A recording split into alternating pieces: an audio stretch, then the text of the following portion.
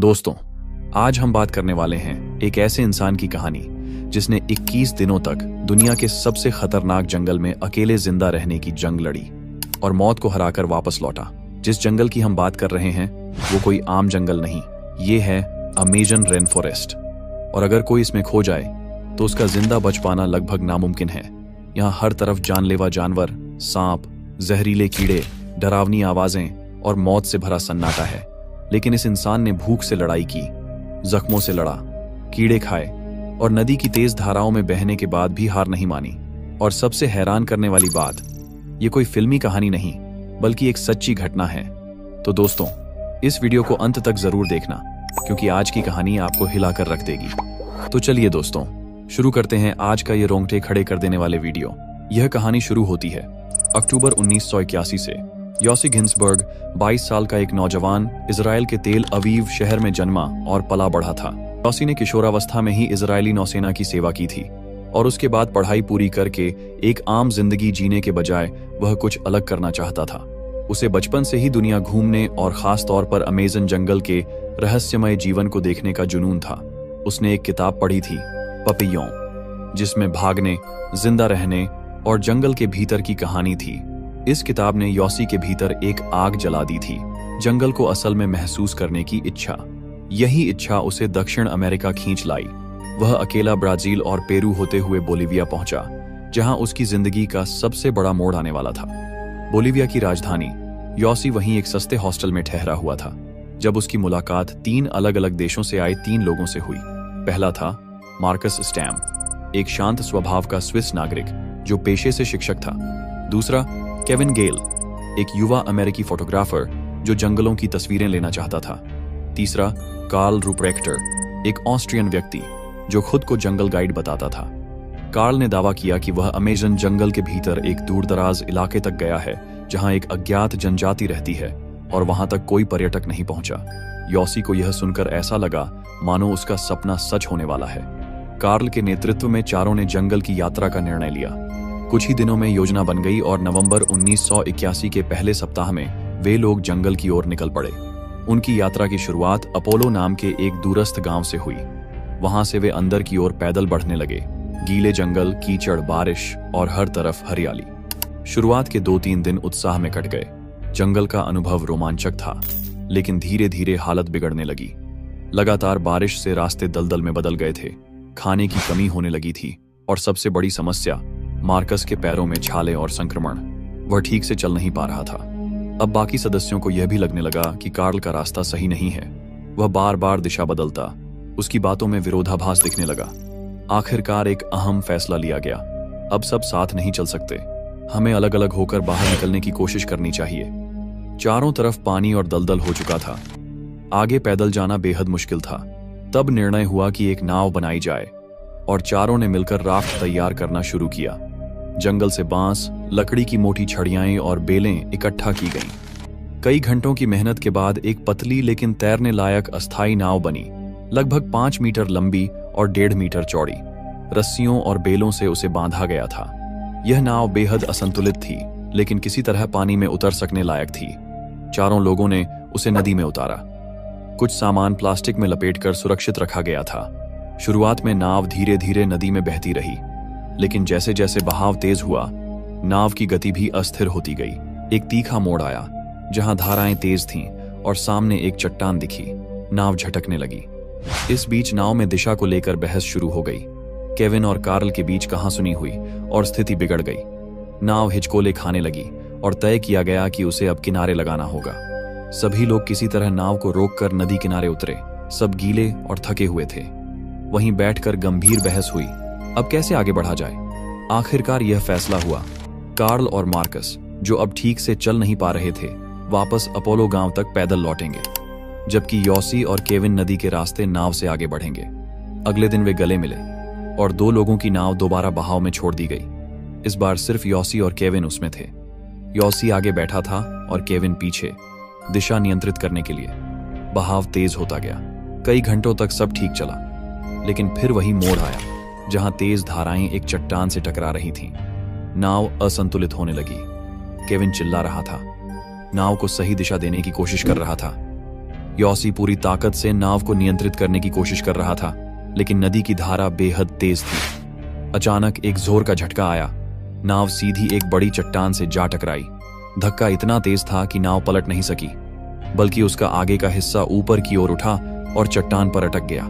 तेज लहरों के बीच वही नाव अब चट्टान पर झूलती हुई आधी डूबी आधी टिकी हुई थी।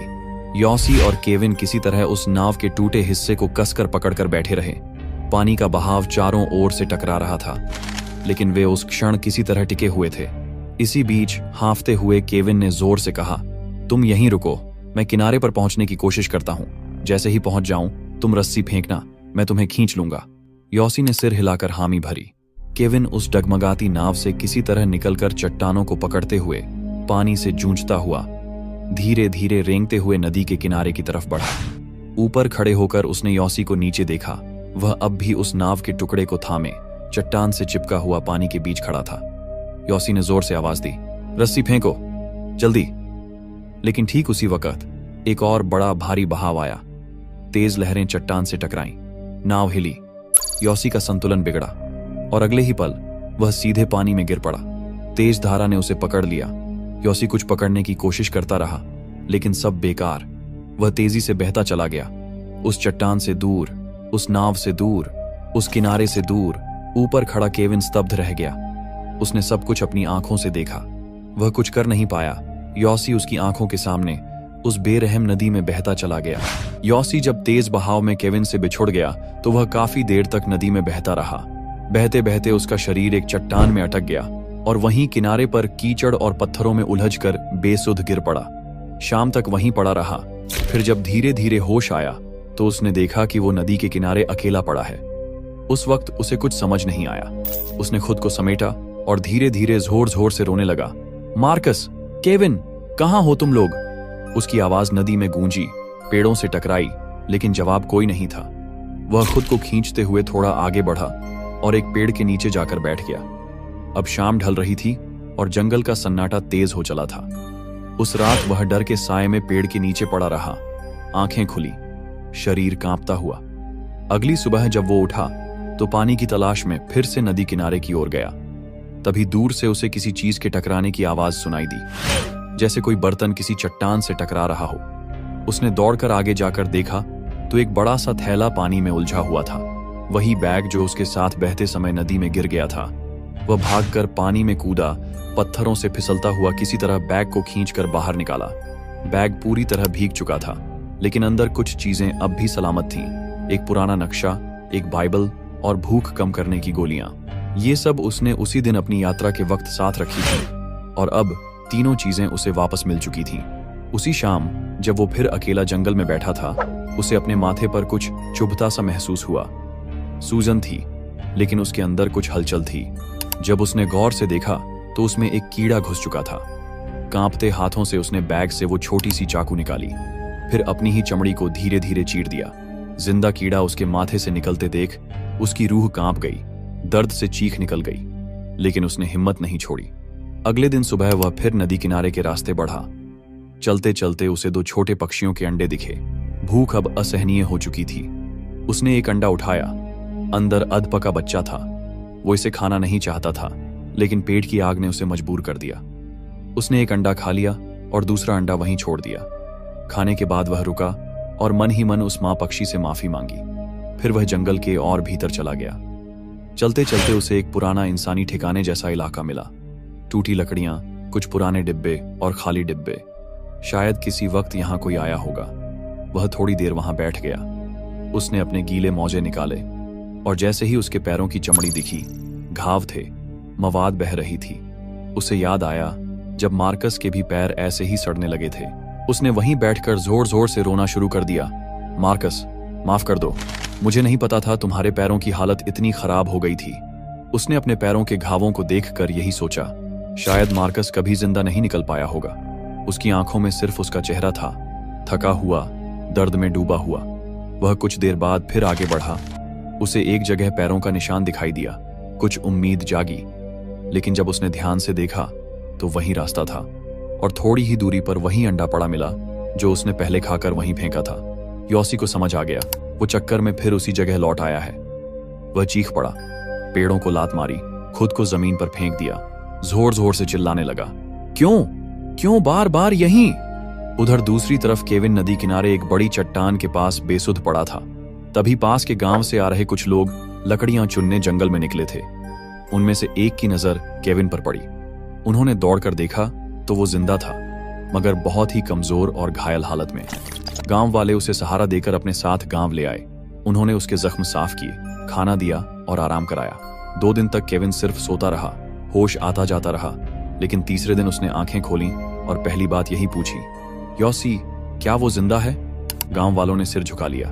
लेकिन जैसे ही केविन थोड़ा और ठीक हुआ, वह पास के पुलिस स्टेशन गया और अफसरों को पूरी कहानी बताई। अफसरों को शुरुआत में यकीन नहीं हुआ, लेकिन केविन ने हार नहीं मानी।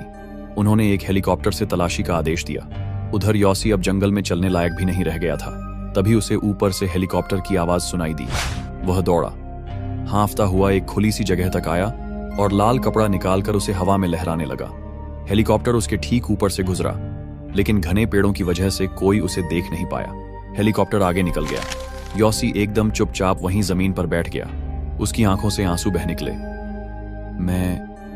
मैं यहां हूं, मैं अब भी जिंदा हूं। उधर केविन ने हेलीकॉप्टर से कुछ नहीं मिलने पर फिर गांव वालों से मदद मांगी, लेकिन गांव वालों ने कहा 3 हफ्ते हो गए हैं, अब तक तो वो मर गया होगा।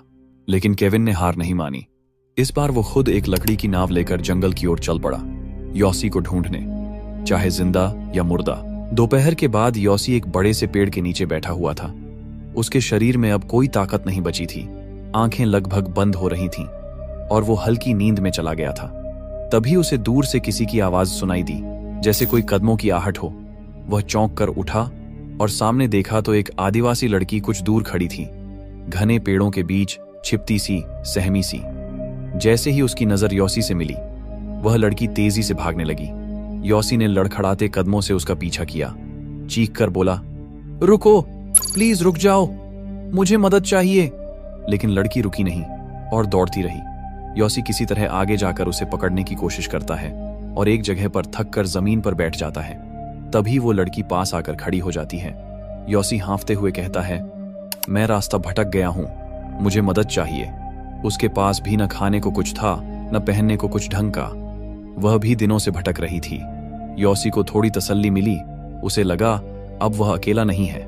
उसने पेड़ के नीचे कुछ पत्ते इकट्ठा किए, कुछ सूखी टहनियां तोड़ी और लड़की के लिए जमीन पर एक बिस्तर सा बना दिया। फिर उसने उसे बहुत प्यार से बैठाया और फिर उसे लेटने को कहा। लड़की शांत थी, थकी हुई, और वह धीरे धीरे आंखें बंद करके सो गई। योसी भी वहीं बैठा रहा, पेड़ के तने से टिककर। अगली सुबह जब उसकी नींद खुली तो वह बुरी तरह से चौंक गया। वहां कोई लड़की नहीं थी, चारों तरफ बस जंगल था, सन्नाटा था। उसने कई बार इधर उधर देखा, आवाज लगाई, लेकिन कोई जवाब नहीं आया। तब उसे समझ आया, वह लड़की कभी थी ही नहीं, वो तो उसका भ्रम था, उसके मन की एक कल्पना जो अकेलेपन और मानसिक थकावट की वजह से बन गई थी। फिर भी वह आगे बढ़ता रहा। अब उसका मानसिक संतुलन डगमगाने लगा था। वो जंगल में अकेला चलते हुए हंसने लगा, पेड़ों से बातें करने लगा, जमीन से झुककर बातें करता, अपनी ही बातों पर खुद ही जवाब देता। वह पागलों की तरह पेड़ों के बीच नाचता सा आगे बढ़ रहा था। तभी उसका एक पैर अचानक किसी कीचड़ में फंस गया। वह घुटनों तक दलदल में घुस गया। उसने खुद को बाहर निकालने की बहुत कोशिश की, लेकिन जितना वह हाथ पैर मारता उतना ही गहराई में धंसता चला गया। अब वह छाती तक दलदल में धंस चुका था, लेकिन उसने हार नहीं मानी। बिना हिले बहुत धीरे धीरे, बहुत धीरज से खुद को बाहर खींचने की कोशिश करता रहा और आखिरकार कई घंटों के संघर्ष के बाद वह बाहर निकल पाया। अब वह घिसटता हुआ थोड़ा आगे बढ़ा। तभी कुछ ऊंची शाखाओं से उसके ऊपर अचानक हजारों लाल चींटियां गिर गईं। वो उसके पूरे शरीर पर रेंगने लगीं, काटने लगीं। तेज जलन, तेज दर्द। लेकिन योसी को इस दर्द में एक अजीब सी ऊर्जा मिली। उसने खुद को और ज्यादा उन चींटियों के नीचे कर दिया ताकि वो उसे और काटें और दर्द दें, क्योंकि अब यही दर्द उसे जिंदा महसूस करा रहा था। उसका शरीर कांप रहा था, आंखें लाल थीं, लेकिन इस पीड़ा ने उसमें एक बार फिर हिम्मत भर दी थी। उसने अपने शरीर को उठाकर फिर से आगे बढ़ाना शुरू किया। अब घुटनों के बल चलता हुआ वो फिर से जंगल के भीतर बढ़ता गया। तभी उसे दूर से पानी की आवाज सुनाई दी। वह घिसटता हुआ टूटे शरीर से वहां पहुंचा और देखा कि सामने एक नदी बह रही है। नदी के किनारे एक छोटा सा कछुआ बैठा था। यॉसी वहीं बैठ गया और उस कछुए से बातें करने लगा जैसे वह उसका कोई पुराना दोस्त हो। वह कहता है, मैं अब थक चुका हूं, शायद मैं अब कभी बाहर नहीं जा पाऊंगा। कछुआ चुपचाप नदी की तरफ सरक गया और यॉसी बस उसे देखता रह गया। अब उसके मन की सारी उम्मीद टूट चुकी थी। उसने धीरे से खुद को नदी किनारे जमीन पर गिरा दिया, दोनों हाथ फैला दिए और बड़बड़ाने लगा, यही मेरी कब्र है, यही मेरी आखिरी जगह। लेकिन किस्मत ने उसका साथ नहीं छोड़ा था। अगली सुबह पूरे 21 दिन यानी 3 हफ्ते के बाद जब सूरज की किरणें पेड़ों के बीच से छनकर नदी किनारे तक आईं, तो एक नाव धीरे धीरे उस इलाके की ओर बढ़ी, वही जगह जहां यॉसी आखिरी बार देखा गया था। नाव में 2 लोग थे, एक केविन और दूसरा एक स्थानीय मछुआरा। वे उस जगह आखिरी बार तलाशी के लिए आए थे। केविन ने नाव किनारे लगवाई, कुछ देर पास की झाड़ियों और पत्थरों के आसपास निगाह दौड़ाई, लेकिन कुछ भी नहीं दिखा। थक कर वो नाव में वापस बैठ गया। नाव अब घर लौटने के लिए मुड़ चुकी थी, लेकिन जैसे ही नाव एक मोड़ पर पहुंची, केविन ने यूं ही पीछे देखा। पेड़ों के पास एक चेहरा, बहुत ही पतला, गाल अंदर धंसे, शरीर हड्डियों सा, लेकिन आंखें वही थीं, वही यॉसी की आंखें। केविन ने बिना कुछ कहे नाव मोड़ी, तेजी से उसकी तरफ गया और जैसे ही पास पहुंचा, यॉसी जमीन पर गिरा पड़ा था, बेहद कमजोर लेकिन जिंदा। केविन दौड़कर उसके पास गया, उसे उठाया और आंखों में आंसू लिए कहा, साले, तू अब भी जिंदा है। फिर उसे नाव में लिटा दिया और नाव गांव की ओर चल पड़ी। गांव पहुंचने पर यॉसी को किनारे लाया गया, जहां लोग चुपचाप उसके पास आने लगे। किसी ने हाथ में पानी थमाया, किसी ने खाना दिया और किसी ने उसके सामने एक सफेद फूल रख दिया, बिना कोई सवाल पूछे, बिना कोई शोर मचाए, बस यूं जैसे कह रहे हों, अब तुम दोबारा जी सकते हो। यॉसी की आंखों से फिर आंसू बहने लगे और होंठों पर एक हल्की मुस्कान आ गई, जैसे जिंदगी लौट आई हो। तो दोस्तों, ये कहानी भले ही यॉसी की हो, लेकिन अगर केविन नहीं होता तो ये सच्ची कहानी कभी पूरी नहीं होती। इसलिए जिंदगी में हजारों दोस्त बनाने की जरूरत नहीं, बस एक ऐसा दोस्त होना चाहिए जो मौत के दरवाजे से खींच लाए, जो वादा करे तो पूरा करे, जो आखिरी दम तक तुम्हें ढूंढता रहे। यॉसी की ये कहानी एक सच्ची घटना पर आधारित है, लेकिन इसका अंत केविन से जुड़ा है। और इसीलिए दोस्तों, अगर आपको ये वीडियो अच्छा लगा हो तो इसे अपने सच्चे दोस्तों के साथ जरूर शेयर कीजिए, ताकि वो जान सकें कि एक दोस्त कैसा होना चाहिए। और अगर आपके पास भी कोई ऐसा दोस्त है जो आपके लिए जान दे सकता है, तो इस वीडियो को उसी को भेजिए। और दोस्तों, हम फिर मिलेंगे कुछ इसी तरह की रूह कंपा देने वाली सच्ची घटनाओं के साथ। तब तक चैनल को जरूर सब्सक्राइब करिए और जुड़े रहिए हमारे साथ। धन्यवाद।